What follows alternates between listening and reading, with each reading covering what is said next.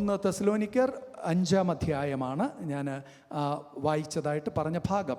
And it is 1 Thessalonians chapter 5.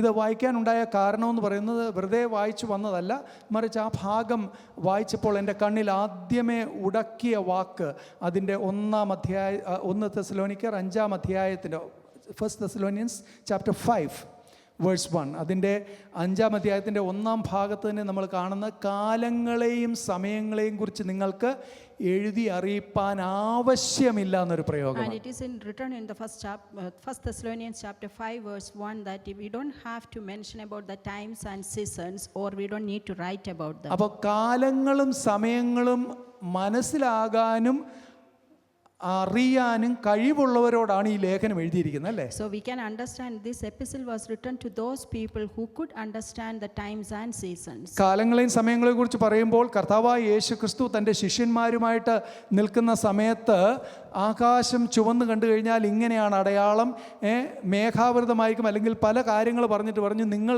കാലങ്ങളെയും സമയങ്ങളെയും അറിയണമെന്ന് പറഞ്ഞല്ലേ. And when Jesus was talking to the disciple, he had mentioned so many signs about the sky becoming red and about the cloudy seasons, but he also mentioned that you have to know about the times and seasons. അവിടെ കർത്താവ് അത് പറയുന്നതിന് മുമ്പേ അവരോട് പറയുന്നുണ്ട്, നിങ്ങൾക്ക് ഈ കാര്യങ്ങളൊക്കെ അറിയാം.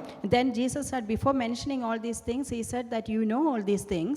അതായത് ആകാശത്തിൻ്റെ രൂപം അല്ലെങ്കിൽ അതിൻ്റെ നിറം മാറിയാൽ നിങ്ങൾക്ക് ആ കാലത്തെ വിവേചിക്കാനുള്ള കഴിവ് നിങ്ങൾക്കുണ്ട്. And Jesus had told the disciple, when the sky has changed its color or changed its colors, then you know about the seasons. നിലം വെളുത്ത് കണ്ടാൽ അല്ലെങ്കിൽ അതിൻ്റെ കതിരിൻ്റെ ഒക്കെ കളർ മാറി കതിർമണി താഴോട്ട് തൂങ്ങുമ്പോൾ കൊയ്ത്തിന് സമയമായെന്ന് തിരിച്ചറിയാനുള്ള ബുദ്ധി നിങ്ങൾക്കുണ്ട്. And we know that when the plants are getting so many grains and they are heavy with the grains, then you know that it is the time of harvest. നമ്മുടെ ചുറ്റുമുള്ള അറിവ് കൊണ്ട് കിട്ടുന്ന കാര്യങ്ങൾ അല്ലെങ്കിൽ പ്രായോഗിക പരിജ്ഞാനമുള്ള കാര്യങ്ങൾ നിങ്ങൾക്ക് മനസ്സിലാകുമെങ്കിലും നിങ്ങൾ സ്വർഗത്തിൻ്റെ തലത്തിലുള്ള കാര്യങ്ങളെക്കുറിച്ചും മനസ്സിലാക്കണമെന്നാണ് പറഞ്ഞത്. When you receive the practical knowledge, when you do things in this world, but same time you also need to have the knowledge what happens in the heaven. നമ്മുടെ ചുറ്റുമുള്ള സംഭവങ്ങൾ കാണുമ്പോൾ കർത്താവ് നമുക്ക് പറഞ്ഞു തന്ന ആലോചനകൾ അനുസരിച്ച്, ദൈവത്തിൻ്റെ വചനത്തിലുള്ള അടയാളങ്ങൾ അനുസരിച്ച് കർത്താവിൻ്റെ സമയത്തെക്കുറിച്ചും തിരിച്ചറിയാനുള്ള ഒരു കഴിവ് ദൈവം നമുക്ക് തരണം. And when you see the things that happens around the world, and with those kind of signs, you should understand what Lord is mentioning in the word of God when you see that kind of signs. ഈ ലേഖനം എഴുതിയത് ആർക്കാണെന്ന് 1-ാം അധ്യായം 1-ാം വാക്യത്തിൽ ഉള്ളതുകൊണ്ട് അത് ആർക്കാണെന്ന് ഈ പറഞ്ഞ കാര്യം കൊണ്ട് നമുക്ക് മനസ്സിലാക്കാൻ സാധിക്കും. And when you, in the the first verse of itself for the 1 Thessalonian, you can understand that the epistle was written to whom, by Paul. അവിടെ എഴുതിയിരിക്കുന്ന ഒരു പ്രത്യേക കാര്യം ദൈവത്തിലും കർത്താവിലും ഉള്ള സഭയ്ക്കാണ്, അതായത് ആ കർത്താവിലുള്ള വ്യക്തികളാണ്, കർത്താവിലുള്ളവർ. And there Paul had written that it was written for the church of the Thessalonians who are in God the Father and in the Lord Jesus Christ. അവർ ദൈവത്തിൽ നിന്ന് അകന്നവരല്ല, so they are not away from the Lord. കർത്താവിൽ അടിസ്ഥാനമുള്ളവരാണ്. They are founded in the basic principles of the Lord. അവർ കർത്താവിനെ സേവിക്കുന്നവർ മാത്രമല്ല, സ്നേഹിക്കുന്നവരാണ്. They are not only serving the Lord, but they are loving the Lord. അവരെക്കുറിച്ച് പറയുന്നത് അവരുടെ കാര്യം, അവരെക്കുറിച്ചുള്ള പ്രത്യേകത അവരുടെ വിശ്വാസത്തിൻ്റെ വേല.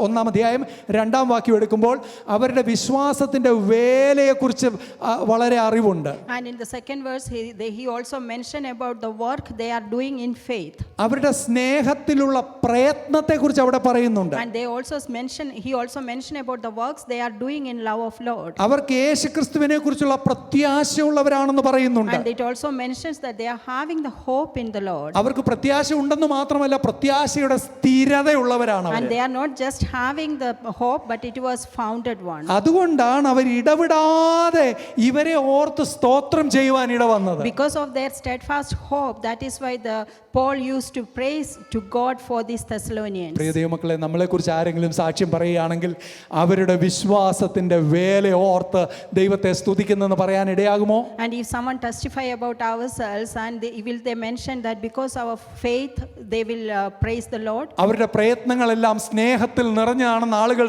നമ്മളെക്കുറിച്ച് സാക്ഷ്യം പറയാൻ ഇടയാകണേ. Will someone testify about us that whatever we do, the works that we are doing is in the love of the Lord? ഇംഗ്ലണ്ടിൽ മാത്രമല്ല, ലോകത്തിന്റെ പല ഭാഗങ്ങളിലും നമ്മൾ കർത്താവിന്റെ പ്രത്യാശയിൽ സ്ഥിരതയുള്ളവരാണെന്നും ആ പ്രത്യാശ കർത്താവിനെ കുറിച്ചുള്ള മാത്രം പ്രത്യാശയാണെന്നും ഇടവിടാതെ നമ്മുടെ കർത്താവിനെ സ്തുതിക്കുന്നവരാണെന്നും പറയാനിടയാകുമോ? And if someone talks about us, will they say that we are having that kind of steadfast hope and we are worshiping the Lord in that kind of love? എങ്ങനെയാണ് ഇവർക്ക് ഇത് സാധ്യമായത്? And how it was possible for the Thessalonians? അവരുടെ അടുത്തേക്ക് സുവിശേഷം ചെന്നപ്പോൾ And when the gospel had reached them, അത് കേവലം വാക്കുകളായിട്ട് മാത്രമല്ല, and it was not just the words, ദൈവവചനത്തിന്റെ ശക്തിയോടെ, it was with the power of the word of God. പരിശുദ്ധാത്മാവിന്റെ നിറവോടെ, It was filled with the Holy ബഹു Spirit, നിശ്ചയത്തോടെയാണ് and it ചെന്നത്. was with the firm faith. ആമേൻ.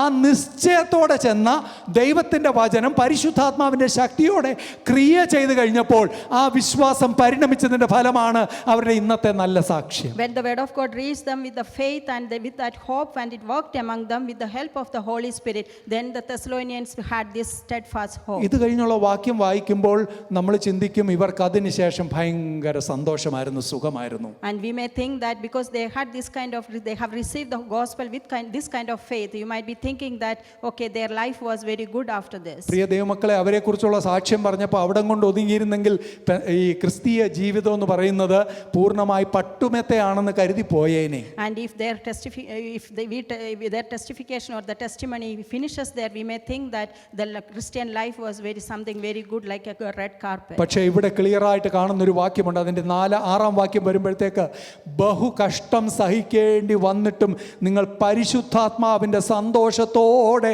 വചനം കൈക്കൊണ്ട് ഞങ്ങൾക്കും കർത്താവിനും അനുകാരികളായെന്നാണ് പറഞ്ഞത്. And in verse 6 we can see that what Paul is saying about the Thessalonians, they had actually had to go through much affliction, but they have suffered all of them with the joy and with the help of the Holy Ghost, and they became the followers of amen. Jesus. പ്രിയ ദൈവപൈതലേ, നിന്റെ ജീവിതത്തിൽ കർത്താവിൻ്റെ വചനം നന്നായി പാലിച്ചാലും കർത്താവിൻ്റെ വചനമനുസരിച്ച് ജീവിച്ചാലും എല്ലാവിധ അനുഗ്രഹങ്ങളോടെ നല്ല സാക്ഷ്യത്തോടെ ജീവിച്ചാലും കഷ്ടതയുണ്ട് കേട്ടോ. So what does that mean? If the children of God, whatever you follow, if the word of God and whatever you do for the name of the Lord, but there will be afflictions in ഈ your life, ലോകത്തിൽ കഷ്ടമുണ്ട്, and the troubles are there in this world, ഈ ലോകത്തിൽ ദുഃഖങ്ങളുണ്ട്, and there are sorrows in this world, ഈ ലോകത്തിൽ നമ്മെ തിരസ്കരിക്കുന്ന റിജക്ഷൻസിന്റെ അനുഭവങ്ങൾ ഉണ്ട്. and there will be lot of rejections kind of experiences in this world. ഒറ്റപ്പെടുന്നവർക്കേ അതിന്റെ വേദന അറിയത്തുള്ളൂ. And when you go through that loneliness, you can understand the real pain. പിതാവും മാതാവും കൂടെ പറപ്പും ഉണ്ടെങ്കിലും ജീവിതത്തിൽ ഒറ്റപ്പെടുന്ന അവസ്ഥകൾ നിങ്ങൾക്കൊക്കെ എപ്പോഴെങ്കിലും വന്നിട്ടുണ്ടെന്ന് ഞാൻ കരുതുന്നു. You may have all the parents and your siblings and you have a lot of friends around you, but there might be some situation when you feel lonely. ഞാൻ ഒറ്റയ്ക്ക് ബോംബെയിലായിരുന്ന നിമിഷങ്ങൾ എൻ്റെ ഓർമ്മയിലേക്ക് പെട്ടെന്ന് കടന്നു And വരികയാണ്. I'm remembering the times I was in Mumbai and I was alone. പട്ടിണി കടന്നിട്ടില്ല, പക്ഷേ വളരെ ഞെരുങ്ങിയ അവസ്ഥകളിലൂടെ കടന്നു പോയി. I haven't gone through starvation, but there were some times like I had to go through much അപ്പോൾ എനിക്ക് affliction. ബലം പറഞ്ഞ എന്താണെന്നറിയോ? 16 ദിവസം പട്ടിണി കിടന്ന ഒരു ഉപദേശിയുടെ മകനാണ് ഞാൻ. And that time I used to think that I am a son of a pastor who was actually starving for 60, fasting for 60 16 days. ദിവസം ആ ദേശത്തെ അറിയപ്പെടുന്ന ഒരു വലിയ ഒരു ആജാനുബാഹുവായ ഒരു ഗുണ്ടയുടെ കരം കൊണ്ട് ഭക്ഷണം ലഭിപ്പാൻ ദൈവം ഇടയാക്കി. And on the 16th day, someone had come and gave me the food. ആ മനുഷ്യൻ, അദ്ദേഹം ഒരു ആളുകൾക്ക് പേടി സ്വപ്നമാണ്, പക്ഷേ അദ്ദേഹത്തിൻ്റെ മനസ്സിൽ അദ്ദേഹം അന്ന് പണിക്ക് പോയപ്പോൾ തൻ്റെ ടിഫിൻ തുറക്കാൻ ഇടയായില്ല. അദ്ദേഹം അന്ന് ടിഫിന് എക്സ്ട്രാ ഉണ്ടായിരുന്നു, അത് കഴിച്ചില്ല. അദ്ദേഹം വൈകിട്ട് തോന്നി എന്നാൽ ഈ മനുഷ്യനെ എപ്പോഴും അതുവഴിയൊക്കെ പോകുന്നതല്ലേ, ഇദ്ദേഹത്തെ ഒന്ന് പോയി കാണാം. And although that man was a wicked man, and when he had opened his lunch box during the work day, and when he opened that, he couldn't finish that lunch, so he thought that the rest of the tiffin he will give to that pastor, so whom he used to see in most of the days. അദ്ദേഹം തൻ്റെ ജന്മനാട്ടിൽ നിന്ന് ഒളിച്ചോടി ഒരു പാറമടയിലെ തൊഴിലാളിയാണ്, വലിയ size, ഭയങ്കര muscles ഉള്ള ഒരു മനുഷ്യനാണ്. ആ മനുഷ്യൻ വന്നിട്ടാണ് പപ്പായോട് കഥ തുറക്കാനായിട്ട് അവിടെ നിന്ന് ഒരു കടമുറിയാണ്, 8 നിലപ്പലകൾ മാത്രമുള്ള സ്ഥലം, അവിടെ ഒന്ന് കൊട്ടി പപ്പ തുറന്നില്ല. And that man was a very hefty man. He was working among the rock people, and then they came to my house and they knocked the door to give this food. അദ്ദേഹം തുറക്കാൻ പറഞ്ഞിട്ട് അദ്ദേഹം തുറക്കാതിരുന്നപ്പോൾ ഇദ്ദേഹം ചോദിച്ചു, ഉപദേശിക്ക് എന്താ പേടിയാണോ? And when the pastor didn't open the door, he asked, why are you afraid to meet me? അദ്ദേഹത്തിന് എന്താ കാരണമെന്ന് അറിയില്ല. കാരണം പരസ്യത്തിലൊക്കെ ഇപ്പോൾ പ്രസംഗിക്കുന്നുണ്ട്, അതിനെതിരായിട്ട് വന്നാണോ എന്നുള്ള ചിന്തയാണ് എനിക്ക് തോന്നിയത്. Because pastor might have thought that because he used to give the open air meetings and this man was against the Lord, so he might have come for some kind of trouble. അവസാനം ധൈര്യം സംഭരിച്ച് തുറന്നു കഴിഞ്ഞപ്പോൾ താൻ ചോദിച്ചു, ഭക്ഷണം കഴിച്ചോ എന്ന് ചോദിച്ചു. And when the pastor opened the door at the end and this man asked the pastor, did you eat food? പപ്പ തലയാട്ടി, ഒന്നും സംസാരിച്ചില്ല. Papa just nodded the head, but he didn't say anything. പക്ഷേ പപ്പായോട് അദ്ദേഹം പറഞ്ഞു, ഉപദേശിമാർ കള്ളം പറയാൻ പറ്റത്തില്ല, കഴിച്ചിട്ടില്ലെന്ന് പാസ്റ്റർ ഉപദേശിയുടെ മുഖം പറയുന്നുണ്ട്, എൻ്റെ കൂടെ ഇരുന്ന് കഴിക്കാൻ പറഞ്ഞു. And this man said that you cannot tell lies because you are a pastor, your face says that you haven't eaten anything, so you come and eat with me. അദ്ദേഹത്തിന് ഭക്ഷണം കൊടുത്തു. And he gave the food to my dad. ആ മനുഷ്യൻ ഞങ്ങൾ എവിടെയൊക്കെ താമസിച്ചിട്ടുണ്ടോ അവിടെ എല്ലാം വന്ന് പപ്പായെ കണ്ട് ഞാൻ ഓർക്കുന്നുണ്ട്. And I remember that wherever we have gone as a family for the missionary work, and this man used to come and meet us. ഞാൻ പറയാൻ വന്നത്, ആരുമില്ലാതെ ഒറ്റപ്പെട്ട അവസ്ഥയുണ്ടെങ്കിലും കർത്താവ് പ്രതീക്ഷിക്കാത്തവരെ അയച്ച് നിന്നെ പോഷിപ്പിക്കും. And what I wanted to say that you may have situations in your life, you may feel lonely, but Lord will send people for your things. നമ്മൾ വിചാരിക്കുന്ന രീതിയിലായിരിക്കത്തില്ല ദൈവത്തിന്റെ പ്രവൃത്തി. And you may get help not in the way that you are thinking it will be, because it will be up to the Lord. ദൈവം ഒരുക്കുമ്പോൾ ഒരുപക്ഷെ കാക്കയെ കൊണ്ടായിരിക്കാം, സരഫാത്തിലെ വിധവയെ കൊണ്ടായിരിക്കാം, ആരിലൂടെയെങ്കിലും കർത്താവിന്റെ പ്രവൃത്തി വെളിപ്പെടും. But when Lord opens the way, it might be through different people that Lord feels like doing it. പ്രിയ ദൈവമക്കളെ, ഇന്നലെ അവിടെ ബഡോൻസ്കി എന്ന് പറയുന്ന ഗ്ലെൻ ബഡോസ്കി എന്ന് പറയുന്ന ദൈവദാസന്റെ സാക്ഷ്യം എന്നെ വളരെ സ്പർശിച്ചു. And yesterday I heard the testimony of Glenn in the ICPF meeting. ഗ്ലെന്നിനെ സംബന്ധിച്ചിടത്തോളം അദ്ദേഹം പറഞ്ഞ, ഞാൻ ആദ്യമായിട്ട് ആ ടെസ്റ്റിമണി കേൾക്കുന്നത്, ഞാൻ ഞെട്ടിത്തെരിച്ചു പോയി. I was actually listening to the Glenn's testimony for the first time, and I was really shocked after hearing അദ്ദേഹം ചോദിച്ചൊരു ചോദ്യമുണ്ട്, നിങ്ങൾക്ക് ആരെങ്കിലും നിങ്ങളെ ബുള്ളി ചെയ്യുമ്പോഴോ, നിങ്ങൾക്കെതിരെ ചെറിയ പ്രശ്നങ്ങൾ വരുമ്പോഴോ നിങ്ങൾക്ക് ഭാരമുണ്ടോ? And he asked that, do you feel that burden if someone bullies you or if someone talks against you? തൻ്റെ അമ്മ ആരാണെന്ന് അറിയാത്തൊരു മകൻ അദ്ദേഹം. Glenn is actually the one who doesn't know about his mom. ഹോസ്പിറ്റലിൽ 14 വയസ്സുകാരി ഉപേക്ഷിച്ചു പോയ ഒരു കേവലം പിഞ്ചു പൈതൽ. Actually he was forsaken by his mom and he was left in the hospital on the 11th day. അദ്ദേഹം ഒരു വലിയ പ്ലാറ്റ്ഫോമിൽ പറഞ്ഞുകൊണ്ടാണ് ആ പേരെടുത്ത് ഞാൻ പറഞ്ഞത്, അല്ലെങ്കിൽ ഇങ്ങനെയുള്ള കാര്യങ്ങൾ പറയുമ്പോൾ ഞാൻ പേര് പറയില്ല, ഇത് പരസ്യമായി പറഞ്ഞുകൊണ്ട് ഞാൻ അത് എടുത്തു പറയുകയാണ്. Because he said the testimony publicly yesterday, that is why I have taken his name. അദ്ദേഹത്തിന്റെ ആശുപത്രിയിൽ ഇട്ട പേരെന്താണെന്ന് അദ്ദേഹത്തിന് അറിയില്ല. And he doesn't know the actual name what that hospital people had put for him. ചില നൺസ്, ചില മദർമാര് അവരുടെ കോൺവെന്റിൽ എടുത്തുകൊണ്ട് പോയപ്പോൾ ക്രിസ്റ്റഫർ എന്നൊരു പേര് കൊടുത്തു. And some nuns had taken him from the hospital and they have named him as Christopher. പിന്നീട് ഇന്നത്തെ പേരിലേക്ക് താൻ എത്തിച്ചേർന്നു. Then he was actually renamed to Glenn in the later days. തന്റെ ബാല്യത്തിൽ കടന്നു പോകാത്ത റിജക്ഷൻസ് ഇല്ല. And in his childhood he had gone through a lot of rejections. വളരെയധികം ഭാരത്തിൽ കൂടെ കടന്നുപോയ ഒരു വ്യക്തി. ഇന്നലെ പറഞ്ഞ ഒരു രാജ്യത്തെ കാര്യം മാത്രം എനിക്കറിയാം, ഇന്ത്യയിൽ മാത്രം 28 പ്രാവശ്യം അദ്ദേഹം പോയിട്ടുണ്ട്. And although he had gone through so many afflictions, and he mentioned that in India alone he had gone 28 times with the gospel. കർത്താവിന്റെ വചനവുമായി പോകുവാൻ അന്നത്തെ ബുള്ളിയിങ്ങിന് ഒരു തടസ്സവും ഇല്ലെന്ന്. And to spread the word of God, that bullying whatever he faced in the childhood was not a problem. ഏതെല്ലാം rejections ഉണ്ടായാലും യേശു തെരഞ്ഞെടുത്തു കഴിഞ്ഞപ്പോൾ ഇന്ന് ലോകം ആദരിക്കുന്ന ഒരു ദൈവ പൈതലായിട്ട് അദ്ദേഹത്തെ ദൈവം മാറ്റി. It doesn't matter whatever tribulations or the rejections you go through your childhood, if the Lord had chosen you, you will definitely work for the എനിക്ക് Lord. പ്രിയ കുഞ്ഞുങ്ങളോട് പറയാനുള്ള, നിങ്ങളുടെ ഏതെങ്കിലും ഫ്രണ്ട്സ് നിങ്ങളെ വിശ്വാസത്തിനെതിരെ നിങ്ങളോട് പറഞ്ഞാൽ നിങ്ങൾ ഒന്നും ലജ്ജിച്ചു പോകേണ്ട ആവശ്യമില്ല. And I want to talk to our children that if any of your friends speak to you, reject you because of the faith of your Lord, and then you don't have to worry about that. Matured ആയിട്ടുള്ള സഹോദരങ്ങളോട് പറയട്ടെ, മൈത്രേയൻ എന്ന് പറയുന്ന പോലെയുള്ള ചില ബുദ്ധിജീവികളിൽ നിന്ന് സ്വയം അവകാശപ്പെടുന്ന ചിലർ വങ്കത്തരങ്ങൾ പറയാം, അല്ലെ രവിചന്ദ്രൻ എന്ന് പറയുന്ന പ്രൊഫസറെ പോലുള്ള ചില വിദ്യാഭ്യാസം ഉണ്ടെന്ന് പറയുന്ന വ്യക്തികൾ പറയുന്ന തെറ്റുകൾ കേട്ട് നിങ്ങൾ ഭയപ്പെടണ്ട. And to all the old people, what I want to say that if you hear something from the atheist, and that shouldn't be actually affecting your faith.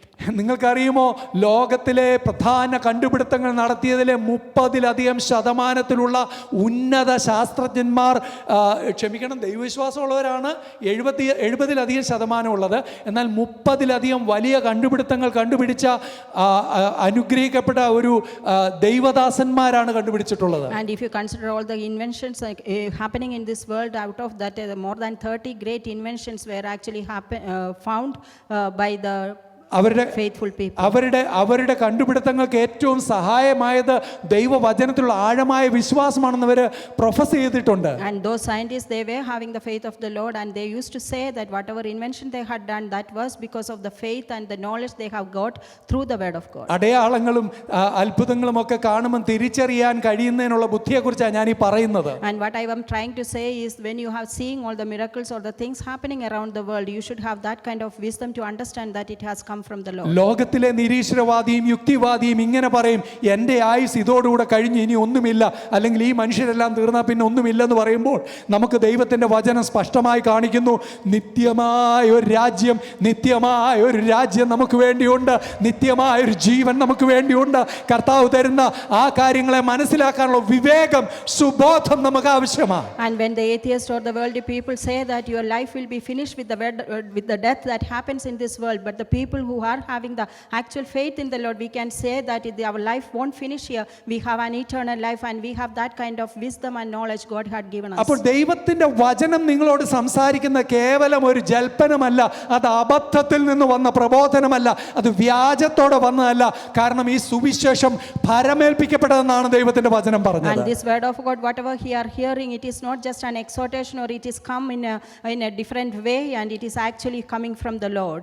തെസ്സലോനിക്കർ 2-ാം അധ്യായം 3-4 വാക്യങ്ങളിൽ നിന്നാണ് ഞാൻ ആ ഭാഗം എടുത്തു പറഞ്ഞത്. And I mentioned from 1 Thessalonians chapter 2 verse 3 and 4. ഇത് അബദ്ധത്തിൽ പറയുന്നതല്ലെന്ന്. And it is not come in the circumstances. ഇത് അബദ്ധത്തിലോ അറിയാതെയോ അശുദ്ധിയിൽ നിന്നോ വ്യാജത്തിൽ നിന്നോ വന്നതല്ല. It's not come from the deceit, or it is not come from any lies. ഈ വചനം സുബോധം വരുത്തുന്ന വചനമാണ്. And it is actually giving you a great understanding. ഈ വചനം ഭരമേൽപ്പിക്കപ്പെട്ടതാണ്. And it is actually entrusted upon us. ഇത് നമുക്ക് തന്നിരിക്കുന്നത് ചില ഉത്തരവാദിത്തങ്ങൾക്ക് വേണ്ടിയാ. And it is given us so that we are responsible people. ഈ വചനം നമ്മെ ഒരുക്കാനുള്ളതാണ്. And it is actually preparing us. ഈ വചനം നമുക്ക് ശുദ്ധീകരണം തരുന്നതാണ്. And it actually cleanses and purifies us. ഇതെല്ലാ കാര്യങ്ങളും അറിയാവുന്ന തെസ്സലോനിക്കരോടാണ് പറഞ്ഞത്. സഹോദരന്മാരെ, കാലങ്ങളെയും സമയങ്ങളെയും കുറിച്ച് നിങ്ങൾക്ക് എഴുതി അറിയിക്കേണ്ട ആവശ്യമില്ല. And the Thessalonians knew all these kind of things, and to them Paul had said that you don't need to worry about the times and seasons. ഈ തെസ്സലോനിക്ക സഭയ്ക്കാണ് കർത്താവിന്റെ വരവിനെ കുറിച്ചുള്ള ഏറ്റവും ശ്രേഷ്ഠമായ 2 വാക്യഭാഗങ്ങളുള്ളത്. And to this Thessalonians, when the epistle was written, Paul had given 2 great verses for them. ആ 2 ഭാഗങ്ങളെ കുറിച്ച് പറയുന്നത് കർത്താവിന്റെ വരവിനെ കുറിച്ച് ഏറ്റവും ആധികാരികമായി ഉപയോഗിക്കുന്ന ഒരു ഫൗണ്ടേഷൻ സ്റ്റോൺ പോലെ ഉപയോഗിക്കാവുന്ന വാക്കുകളാണ്. And the verses that we have been given are the foundations of the second coming of Jesus Christ. കർത്താവിന്റെ വരവിനെ കുറിച്ച് കർത്താവ് പറഞ്ഞത് പൗലോസ് അപ്പോസ്തലൻ കൂടി ഒന്നുകൂടെ വെളിപ്പെടുത്തിയെന്നേ ഉള്ളൂ. It is actually revealed again through Jesus, through Paul, whatever Jesus had said when he was here for the public ministry. 1 തെസ്സലോനിക്കർ 4-ാം അധ്യായം 16-17 വാക്യം 15, 16, 17 വാക്യങ്ങൾ നമുക്ക് എല്ലാവർക്കും അറിയാവുന്നതാണ്. So it is in 1 Thessalonians chapter 4 verse 15, 16 and 17. 5-ാം അധ്യായം അതിന്റെ തുടർമാനമായതുകൊണ്ടാണ് ഞാൻ അങ്ങനെ വായിച്ചത് പറയുന്നത്. It is continued in the chapter 5. അപ്പോൾ എന്താ പറയുന്നത്? കർത്താവിന്റെ പ്രത്യക്ഷത വരെ ജീവനോടെ ശേഷിക്കുന്നവരായ നാം നിദ്ര കൊണ്ടവർക്ക് മുൻപാകെ ഇല്ല എന്ന് നിങ്ങളോട് എനിക്ക് പറയാനുണ്ട്. So in 1 Thessalonians chapter 4 verse 15 it says that whoever is living during the second coming of Christ, they will be transformed. കർത്താവ് താൻ ഗംഭീരനാദത്തോടും പ്രധാന ദൂതന്റെ ശബ്ദത്തോടും ദൈവത്തിന്റെ കാഹളത്തോടും കൂടെ സ്വർഗ്ഗത്തിൽ നിന്നിറങ്ങി വരുന്നു. And when the Lord come to the air with the archangel and with the trumpet voice of archangel and all the trumpets of the God, and then that time എഴുന്നേൽക്കുമ്പോൾ തന്നെ ജീവനോടെ ശേഷിക്കുന്ന നാം അവരോടുകൂടെ ഒരുമിച്ച് കർത്താവിനെ എതിരേൽപ്പാൻ മേഘത്തിൽ എടുക്കപ്പെടും. And the dead in Christ will transform first, and after that all the people who live here will be transformed. എടുക്കപ്പെട്ട് അന്തരീക്ഷത്തിൽ വെച്ച് ആവിയായിട്ട് പൊടിയായിട്ട് തീരുമെന്നാണോ പറഞ്ഞത്? And they will go with the Lord, they won't be finishing in the air. അവർ എടുക്കപ്പെടുന്നത് മാത്രമല്ല, ഇങ്ങനെ നാം കർത്താവിനോടുകൂടെ എപ്പോഴും ഇരിക്കും. And after that we will be ever with the Lord. എപ്പോഴും We shall be ever with the Lord. എപ്പോഴും we will be forever with him. നമ്മുടെ eternity എന്ന് പറയുന്നത്, നമ്മുടെ നിത്യത എന്ന് പറയുന്നത് ചില വർഷങ്ങളിലേക്കല്ല. And the eternity is not for a few years. നമുക്കൊരു ആരംഭമുണ്ട്. And there will be a beginning. എന്നാൽ നമുക്ക് കർത്താവിനോട് കൂടെ ആയി കഴിഞ്ഞാൽ പിന്നെ അവസാനമില്ല. When we are with the Lord, there is no നമ്മുടെ end. അവസാനം കേവലം ഏതെങ്കിലും യാതനാ സ്ഥലത്തോ നരകത്തിലോ അവസാനിക്കേണ്ടതല്ല. നിത്യകാലം കർത്താവിനോട് കൂടെ സ്വർഗ്ഗ കൂടാരത്തിൽ വാസം ചെയ്യണം. Our end will not be in the hell, but we will be living with the Lord eternally in heaven. കർത്താവിന്റെ വരവിനെ കുറിച്ച് 3-ാം അധ്യായം 13-ാം വാക്യത്തിൽ ഒരു ഭാഗമുണ്ട്, അതുകൂടെ വായിക്കാം. And in about the second coming of Jesus, it was mentioned in 3 verse 13 as well. അതിനാദ്യമേ പറയുന്നൊരു കാര്യം, ഇങ്ങനെ നമ്മുടെ കർത്താവായ യേശു തൻ്റെ സകല വിശുദ്ധന്മാരുമായി വരുന്ന പ്രത്യക്ഷതയിൽ. And it says that the Lord will be coming with the Father will be coming with the Lord Jesus Christ with all his saints. അയ്യോ, അതെന്താ അങ്ങനെ പറഞ്ഞേ? എന്താ ഇങ്ങനെ പറഞ്ഞത്? Why he said like that? ആ വാക്യം ഒന്ന് വായിച്ചോ നിങ്ങൾ ആ ഭാഗം. Can you read it? ഇങ്ങനെ നമ്മുടെ കർത്താവായ യേശു തൻ്റെ സകല വിശുദ്ധന്മാരുമായി വരുന്ന പ്രത്യക്ഷതയിൽ. And it says that the appearance will be with the Jesus Christ with all the saints. അപ്പോൾ ഇതാണോ ആദ്യം നടക്കുന്നത്? Will it be the one that is happening 4-ാം first? അധ്യായം 16, 3-ാം അധ്യായം 13 ഇപ്പോൾ വായിച്ചത്.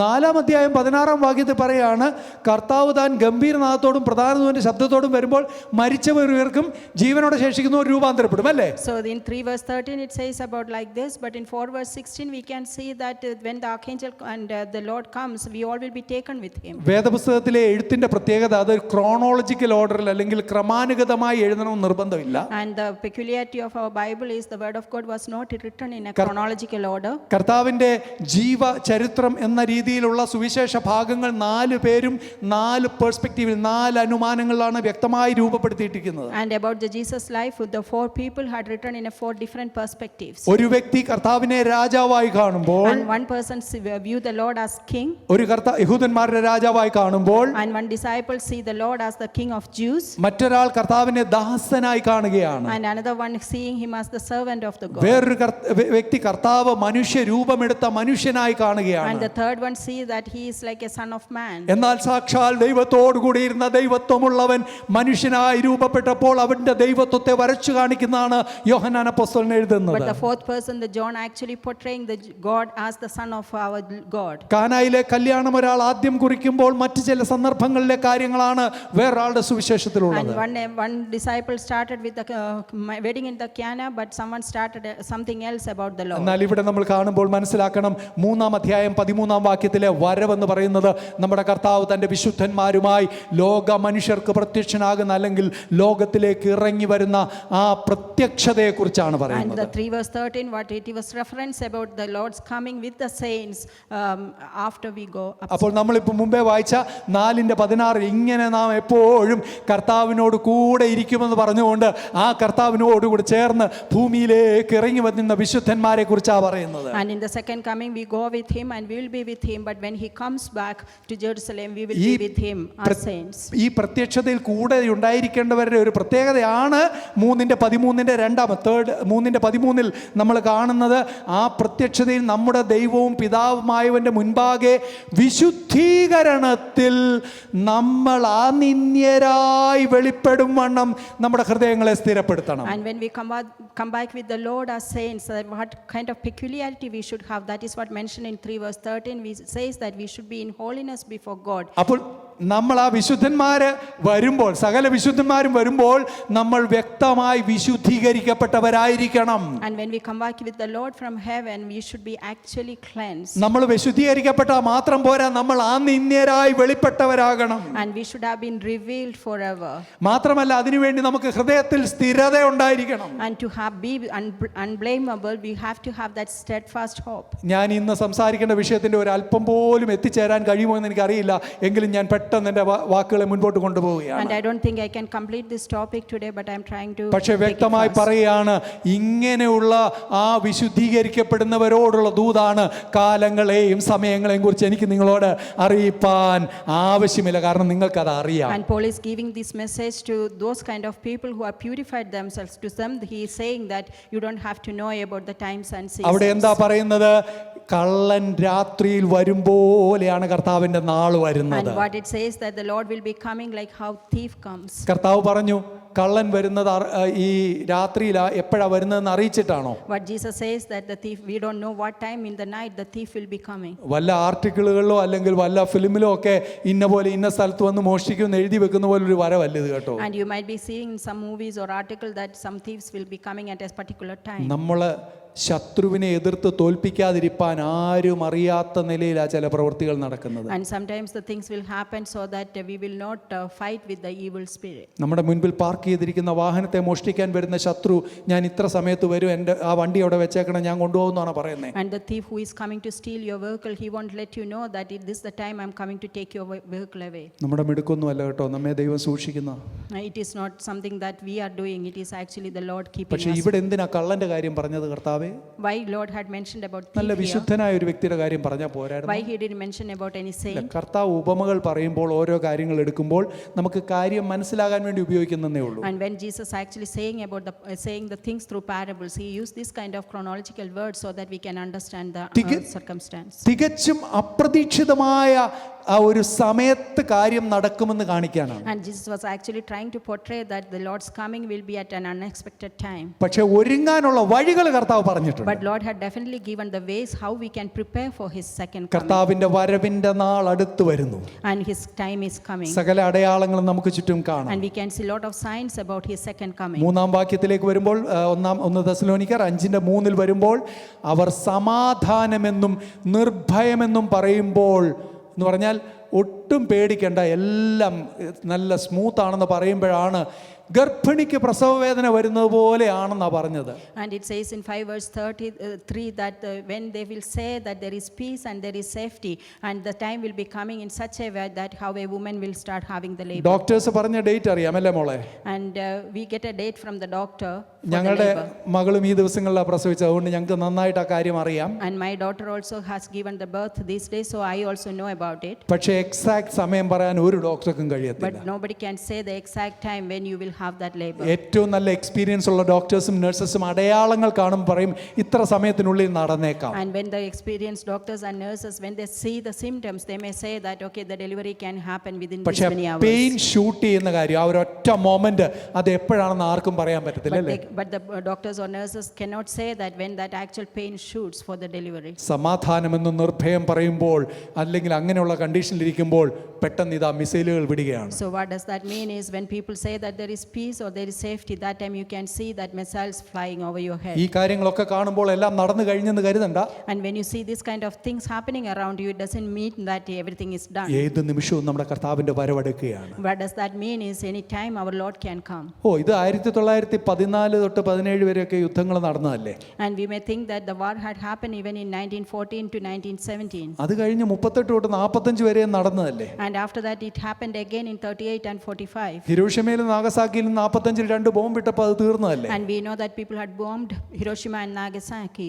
അത് മാത്രമല്ല ഈജിപ്തും ഇസ്രായേലും തമ്മിൽ നേരത്തെ നടന്നിട്ടില്ലേ? And we know that war had happened even before between Egypt and Israel. ഇന്ത്യയും പാകിസ്ഥാനും തമ്മിൽ നടന്നിട്ടില്ലേ? And India and Pakistan are having ongoing war for many years. ഇറാനും ഇറാഖും തമ്മിൽ 10 വർഷം നടന്നില്ലേ? And Iran and Iraq, they might have had the war before also for 10 years. കുവൈറ്റും ഇറാഖും തമ്മിൽ നടന്നില്ലേ? And even between Kuwait and Iraq there were wars before. കഴിഞ്ഞ വർഷമാണെങ്കിൽ പോലും ലെബനനിലും സിറിയയിലും ഒക്കെ നടന്നില്ലേ? And there were wars in the last year between Lebanon and Syria. നമ്മൾ ഒരിക്കലും ലതാർജിക്കാകരുത് കേട്ടോ, നമ്മൾ ഒരിക്കലും അലസരായി പോകരുത്. കാര്യങ്ങൾ കാണുമ്പോൾ വൽക്കരിക്കരുത്. കർത്താവിൻ്റെ സമയം അത് പറഞ്ഞിട്ടോ പെർഫെക്റ്റ് ആയിട്ടോ തീരുമെന്നല്ല.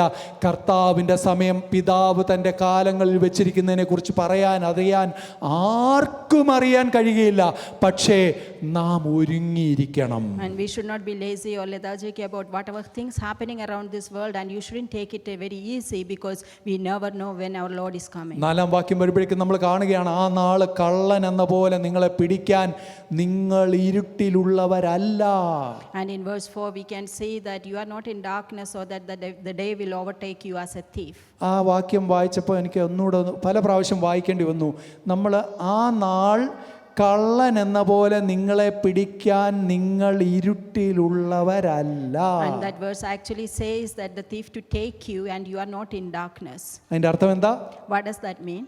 ആ ഒരു വാക്യം എഴുതിയിരിക്കുമ്പോൾ അതിന്റെ ഒരു മറുപുറം കൂടെ ഉണ്ട്. And there is actually another part for that. ഇരുട്ടിന്റെ അധികാരത്തിലുള്ള വ്യക്തിയാണ് പിടിക്കപ്പെട്ടു പോകും. And what does that mean is if you are under darkness, the thief can actually catch you. 5-ാം വാക്യം വരെ നിങ്ങൾ വെളിച്ചത്തിന്റെ മക്കളും പകലിന്റെ മക്കളുമാണ്. And in verse 5 it says that we are actually the children of light and the day. വെളിച്ചത്തിന്റെ മക്കളാണെങ്കിൽ പകലിനുള്ളവരാണെങ്കിൽ നാം ഇരുട്ടിനുള്ളവരല്ല, രാത്രിയുടെ മക്കളല്ല. And if we are the children of light and if we are the children of day, we are not the children of darkness or night. ഞാൻ പകലിൻ്റെ മകനാണ്, ഞാൻ പകലിൻ്റെ മകളാണ്, അതുകൊണ്ട് ഇരുട്ടിനെ പിടിക്കാൻ പറ്റത്തില്ല എന്ന് പറഞ്ഞ് സുഖമായിട്ട് ഉറങ്ങാനാണോ പറഞ്ഞത്? And it doesn't mean that you just think that I am the child of day or the light and so that I can go back to sleep. 6-ാം വാക്യം ഒരാൾക്ക് ശബ്ദമുയർത്തി വായിക്കാം. Let's read verse 6.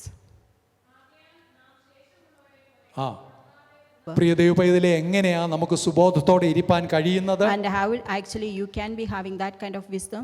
എങ്ങനെയാണ് നമുക്ക് ഉണർന്നിരിപ്പാൻ കഴിയുന്നത്? And how you can be awake and watch for it? അപ്പോസ്തലൻ വെറുതെ അങ്ങ് പറഞ്ഞു വിടുകയല്ല ചെയ്തത്. And apostle didn't just say like that. ചില കാര്യങ്ങളൂടെ പറഞ്ഞു തന്നു. And he mentioned more things. 8-ാം വാക്യം വായിച്ചാട്ടെ. Verse 8.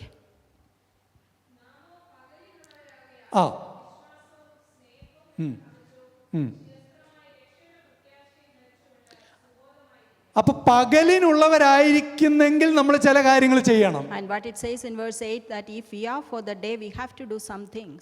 നമുക്ക് വിശ്വാസം ഒന്ന് വർദ്ധിക്കണം. Our faith has to be increased. നമ്മുടെ വിശ്വാസം എന്ന് പറഞ്ഞു കഴിഞ്ഞാൽ അതൊരു കവചം പോലെ നമ്മൾ ധരിക്കണം. And we have to wear the faith like a breastplate. അവിടെ വിശ്വാസം മാത്രമാണോ പറഞ്ഞേക്കുന്നത്? And it is not just faith. വിശ്വാസത്തിന്റെ കൂടെ ഒരു കാര്യം കൂടെ കൊടുത്തിട്ടുണ്ടെന്നേ. Along with faith there should be something else. സ്നേഹത്തോടെയുള്ള വിശ്വാസമാണ് വേണ്ടത്. And you should have a faith with love. സ്നേഹമില്ലാതെ എന്തെല്ലാം വിശ്വാസമുണ്ടെന്ന് പറഞ്ഞിട്ട് കാര്യമില്ല. And if you have what kind of faith you have, സ്നേഹം നിറഞ്ഞ വിശ്വാസം എന്ന കവചം ഒന്ന് ധരിക്കണം. And you have to wear the breastplate with the faith and love. ഞാൻ എൻ്റെ കോളേജ് ലൈഫിലും സ്കൂൾ ലൈഫിൽ സ്കൗട്ട് ലൈഫിന് ശേഷം കോളേജ് ലൈഫിൽ NCCയിൽ ഉണ്ടായിരുന്നു. ഞങ്ങൾക്ക് വളരെ ഹെവി ആയിട്ടുള്ള നമ്മുടെ ചാക്ക് പോലെയുള്ള വസ്ത്രമാണ് നമ്മൾ പ്രൊട്ടക്ട് ചെയ്യാനായിട്ട് തന്നിരുന്നത്. And in my college life I was a part of NCC and the scout. That time they used to give the dresses which are very light machine ഗണ്ണിൻ്റെ ട്രെയിനിങ്ങിന് ഞങ്ങൾ പോകുമ്പോൾ ഞങ്ങൾ നിലത്തൂടെ ക്രോൾ ചെയ്ത് നിരങ്ങി വേണമായിരുന്നു. അതുപോലെ ട്രെക്കിങ്ങിനൊക്കെ പോകുമ്പോൾ നിരങ്ങി വലിഞ്ഞു കയറണം. സാധാരണ നല്ല എളിമയുള്ള നല്ല ലിനൻ ഡ്രസ് ആണെങ്കിൽ ഒരൊറ്റ നിരക്കിന് തീർന്നു പോകും. And when I used to do the practice for the machine gun or we are doing the trekking, you are if you are wearing something very linen kind of clothes, actually it won't protect you. നമ്മുടെ ആ rifle എടുത്ത് നമ്മുടെ നെഞ്ചത്തോട്ട് വെക്കുമ്പോഴത്തേക്ക് അത് recoil അടിക്കുമ്പോൾ ഇതിവിടെ scratch ചെയ്ത് കഴിഞ്ഞാൽ ആ വസ്ത്രം കീറിപ്പോകും. And if you are having very soft cloth and if when you are using the pistol, that can actually tear your cloth.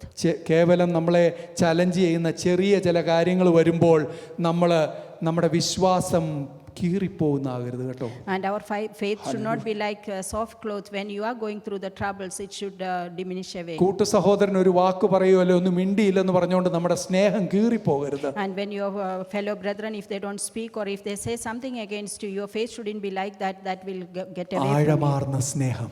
And your love should be deep enough. ആഴമാർന്ന വിശ്വാസം. And your faith should be deep enough. അടുത്ത ഒരു കവചവും കൂടെ എഫേസ്യ ലേഖനത്തിൽ നമുക്ക് അറിയാമല്ലേ? There should be another breastplate we can see in നീതി എന്ന കവചം. And there is a breastplate of righteousness. വിശ്വാസത്തിന്റെ കവചം നമുക്ക് വേണം. And we should have the breastplate of faith. സ്നേഹത്തിന്റെ കവചം വേണം. We should have the breastplate of love. നീതി എന്ന കവചവും വേണം. And we should have the breastplate of righteousness. സാധാരണഗതിയിൽ ബുള്ളറ്റ് പ്രൂഫ് ഒരു വെസ്റ്റ് എടുത്തിടുന്നത് അവരുടെ ഡ്രസ്സിന്റെ യൂണിഫോമിന്റെ മുകളിലാണ് അല്ലേ? And normally we know that the breastplate they wear on top of their dresses. എനിക്ക് നല്ലൊരു ഡ്രസ്സ് ഉണ്ട്, അതുകൊണ്ട് എനിക്ക് ഈ ജാക്കറ്റ് അല്ലെങ്കിൽ ഈ ഒരു വെസ്റ്റ് എനിക്ക് വേണ്ട എന്ന് പറയാൻ പറ്റുമോ? And if you are wearing a very good dress and you cannot say that I don't want this breastplate. ആത്മീയമായ ആ സർവായുധവർഗം ധരിക്കുമ്പോൾ നമ്മുടെ നീതി എന്ന കവചം നമ്മൾ അതിന് മുകളിൽ ധരിക്കണം കേട്ടോ. And when you are having all that kind of things, you have to actually wear the breastplate of righteousness. അത് നമ്മുടെ നീതിയല്ല, And it is not our righteousness. ദൈവത്തിന്റെ നീതിയായിരിക്കണം. It has the God's righteousness. നമ്മുടെ നോംസിലല്ല, നമ്മുടെ അളവുകോലിലല്ല.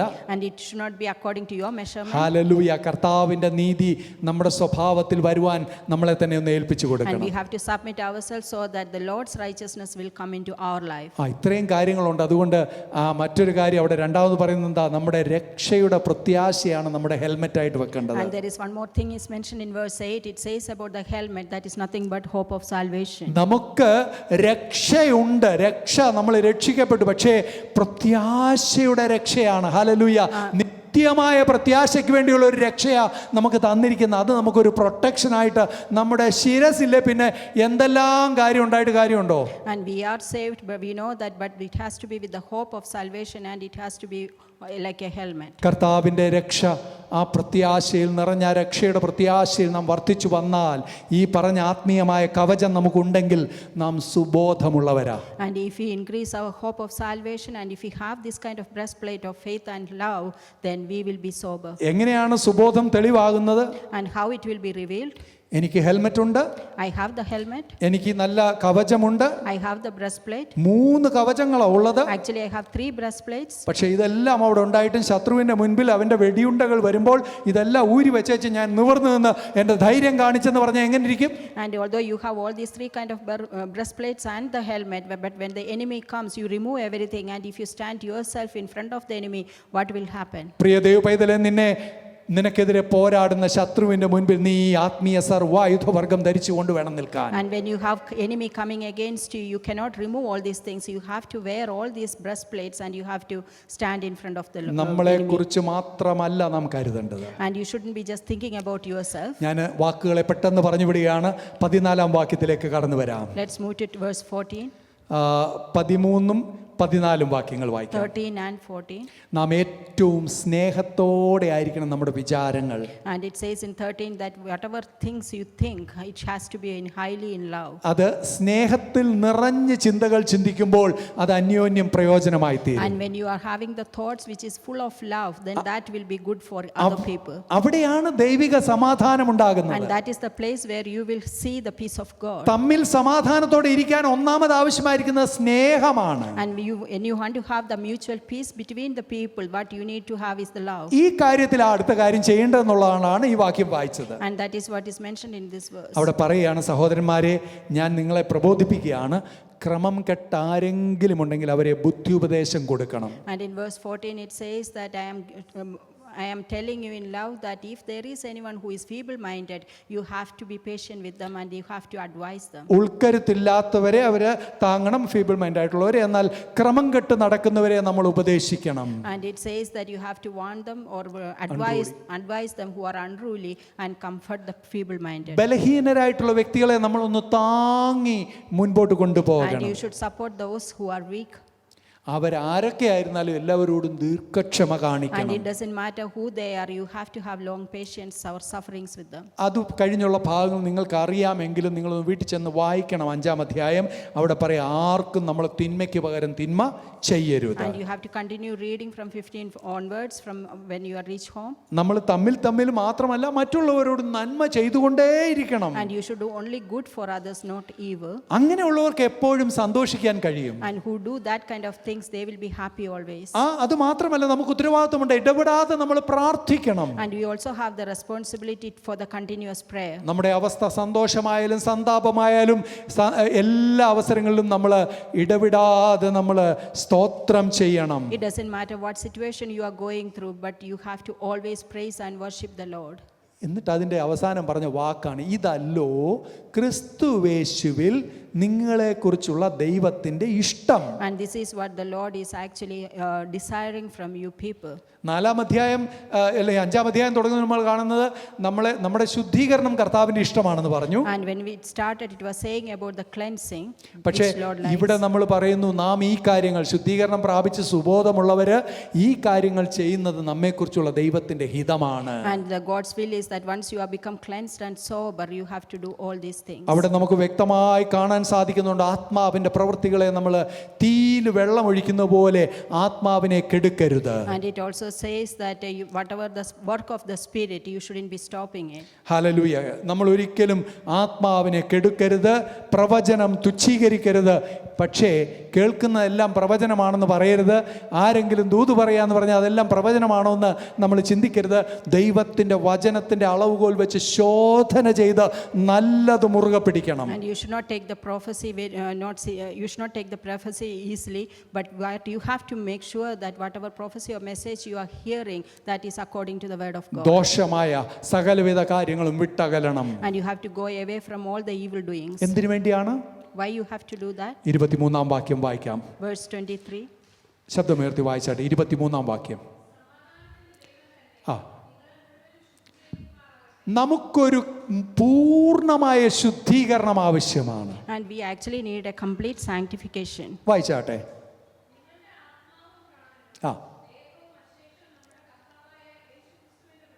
ആ, അവിടെ ഒരു ഭാഗം നമ്മൾ കണ്ടു.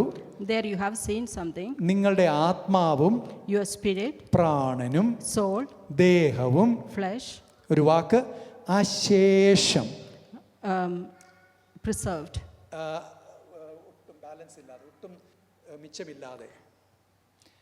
നമുക്ക് കർത്താവ് നമുക്ക് തന്നിരിക്കുന്ന ആത്മാവ്, Our spirit, പ്രാണനും soul, ദേഹവും and our body, ഒരു അല്പം പോലും ബാലൻസ് ഇല്ലാതെ, and without any blameless, അതിൽ പൂർണ്ണമായിട്ട് കർത്താവിൻ്റെ സന്നിധിയിൽ വെളിപ്പെടണം. and it has to be revealed completely in front of Christ. അപ്പം നമുക്ക് കർത്താവിൻ്റെ സന്നിധിയിൽ ഈ മിച്ചം, അശേഷം എന്ന് പറഞ്ഞു കഴിഞ്ഞാൽ നമ്മളൊരു കാര്യം ശേഷിപ്പിക്കുക. അല്പം ഭക്ഷണം കഴിച്ച ശേഷം മിച്ചം വെക്കുക എന്ന് പറയത്തില്ലേ, ആ ശേഷം എന്ന് പറഞ്ഞാൽ ഇനി ഒട്ടും അതിനകത്തുനിന്ന് ശേഷിക്കുന്നില്ല. എല്ലാ കാര്യം എന്ന് പറഞ്ഞാൽ ദേഹത്തിൻ്റെ രക്ഷയാണ് ഏറ്റവും അവസാനമുള്ളത്. പ്രാണൻ രക്ഷിക്കപ്പെടുന്നതാണ്. ഒരു വ്യക്തി രക്ഷിക്കപ്പെടുമ്പോൾ ആത്മാവാണ് ആദ്യം രക്ഷിക്കപ്പെടുന്നത്. അതിനുശേഷം പ്രാണൻ നമ്മൾ നീതീകരിക്കപ്പെടുന്നതിലൂടെ സാങ്ക്ടിഫൈ ചെയ്ത് നമ്മൾ വിശുദ്ധീകരിക്കപ്പെടുന്നുണ്ട്. എന്നാൽ നമ്മുടെ ദേഹത്തിൻ്റെ രക്ഷ കർത്താവിൻ്റെ വരവിങ്കൽ മാത്രമാണ്. And when we are sanctified and saved, actually the soul and spirit will be cleansed, but our body will be transformed only with the second coming of Jesus. കർത്താവെ രക്ഷിക്കപ്പെട്ടപ്പോൾ എൻ്റെ ആത്മാവ് രക്ഷിക്കപ്പെട്ടല്ലോ, And when I was saved, my spirit was saved, എൻ്റെ ദേഹി രക്ഷിക്കപ്പെട്ടുകൊണ്ടിരിക്കുകയാണല്ലോ. and my body is getting saved, സാരമില്ല, എൻ്റെ ദേഹം രക്ഷിക്കപ്പെട്ടില്ലെങ്കിലും കുഴപ്പമില്ലെന്ന് പറയാൻ പറ്റുമോ? and my soul and spirit is saved and soul is getting saved, so we cannot say that our body doesn't need to be get saved. അവിടെ കർത്താവ് പറഞ്ഞൊരു വാക്കിനോട് ചേർന്ന് പറയാൻ ആഗ്രഹിക്കുകയാണ്. And I want to mention something along with what Lord had said. നിങ്ങൾക്കെല്ലാം അറിയാം, ഒരു മനുഷ്യൻ സർവ്വലോകവും നേടിയാലും And what it says that if you have gained everything in this world, തൻ്റെ സോൾ അല്ലെങ്കിൽ പ്രാണൻ നഷ്ടപ്പെടുത്തിയാൽ എന്ത് പ്രയോജനമുണ്ട്? and if you lose your soul, it is ഈ it's no ലോകത്തിലെ advantage. സകല കാര്യങ്ങളും നേടിയാലും And whatever you gain in this world, നമ്മുടെ ആത്മാവും പ്രാണനും ദേഹവും ഒട്ടും ശേഷിപ്പിക്കാതെ കർത്താവിൻ്റെ പ്രത്യക്ഷതയിൽ അനിന്യമായി വെളിപ്പെടുവാൻ നമ്മൾ കാത്തുകൊണ്ടേയിരിക്കണം. and whatever you have acquired in this world, it doesn't matter, but you have to be really careful so that your spirit, body and the soul will be preserved for the second coming of the Jesus. നമ്മുടെ കഴിവുകൊണ്ട് കാക്കാൻ പറ്റുമോ? It won't happen with your ability. ഒരിക്കലുമില്ല.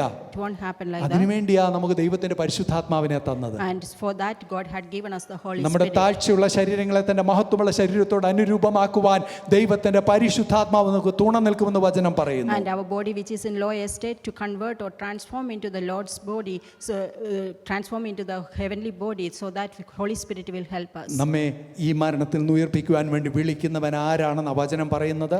And it says that who is actually calling you for this? നമ്മെ വിളിക്കുന്നവൻ വിശ്വസ്തനാണ്. And the one who is calling you is faithful enough. അവിടുന്ന് അത് നിവർത്തിക്കും. And he will definitely do it. പൗലോസ് അപ്പോസ്തലൻ പറഞ്ഞ കാര്യം ഞാൻ ഇവിടെ എടുത്തു പറയട്ടെ. കർത്താവാണ് സഹോദരന്മാരെയൊക്കെയും ഈ ലേഖനം വായിച്ച് കേൾപ്പിക്കണം. ഞാനത് വായിച്ച് നിങ്ങളെ കേൾപ്പിച്ചിരിക്കുകയാണ്. And I want to repeat what Paul's apostle said towards the end. I want to read all these things to all the brethren. പ്രിയ ദൈവമക്കളെ, ഇവിടെ ഇരിക്കുന്ന ഒരൊറ്റ വ്യക്തി പോലും കർത്താവിൻ്റെ പ്രത്യക്ഷതയിൽ തള്ളിപ്പോകരുത്. And what I want to say that whoever is sitting here and listening to this verse, you shouldn't be left alone when the second coming comes.